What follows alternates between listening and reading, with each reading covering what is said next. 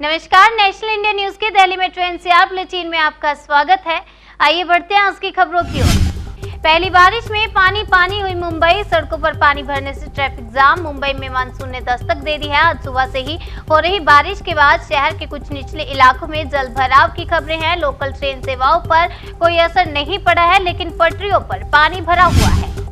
सहारनपुर में हैंडपंप उखाड़े जाने पर सियासी गदर, कांग्रेस ने विरोध में दिया धरना, बजरंग दल ने दी धमकी। सहारनपुर में 40 साल पुराने हैंडपंप उखाड़े जाने पर सियासत तेज हो गई है। कांग्रेस ने हैंडपंप को फिर से लगाए जाने के लिए धरना दिया, तो वहीं बजरंग दल ने इसका विरोध किया। भीम आर्मी भी इस पूरे विवाद में कूद गई है।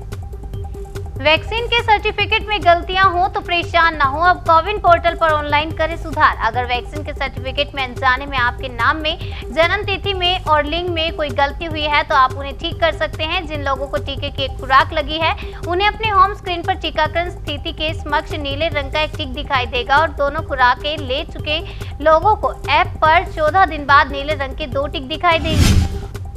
अनाथ आश्रम में रह रही थी बच्ची, पुलिस ने गूगल मैप की मदद से उसके परिजनों से मिलवाया। पुलिस ने गूगल मैप पर तलाश किया तो पता चला कि थाना जारचा क्षेत्र में सलारपुर नाम से एक और गांव है। शेल्टर होम से बच्ची को उसके परिजनों को सौंप दिया गया। 12 साल से कम उम्र के बच्चों को वैक्सीन देने के लिए फाइजर ने शुरू किया ट्रायल। अमेरिका की कोरोना वैक्सीन निर्माता कंपनी फाइजर ने 12 साल से कम उम्र के बच्चों पर भी वैक्सीन का ट्रायल शुरू कर दिया है। पहले चरण के लिए 4 देशों में 4500 से अधिक बच्चों को चुना गया है। कंपनी ने कहा है कि वैक्सीनेशन ट्रायल के लिए इस हफ्ते 5 से 11 साल के बच्चों के चयन करने का काम शुरू किया जाएगा।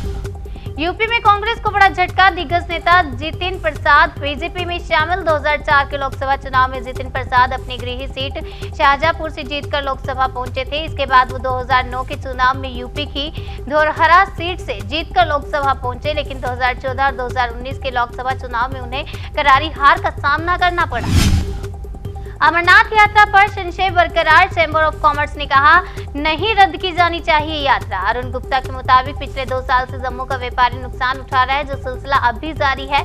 उनके मुताबिक अमरनाथ यात्रा के लिए देश भर से लाखों श्रद्धालु जम्मू पहुंचते हैं और जिससे यहाँ के व्यापार पर सीधा असर पड़ता है।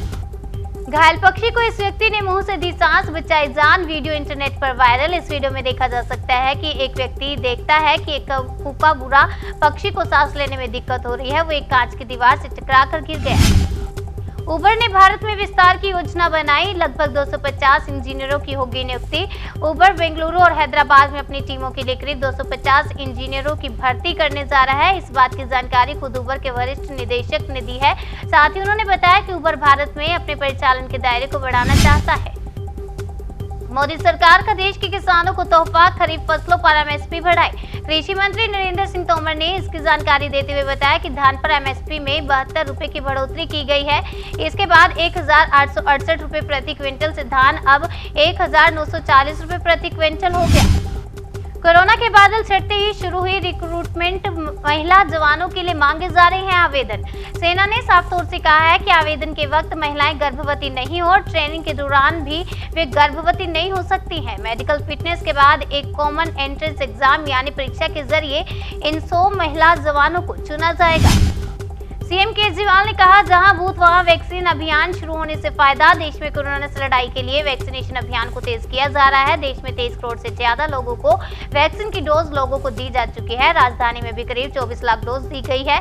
अब इस वैक्सीनेशन अभियान को तेज करने के लिए दिल्ली के सीएम अरविंद केजरीवाल ने जहाँ बूथ वहां वैक्सीन अभियान की शुरुआत की है।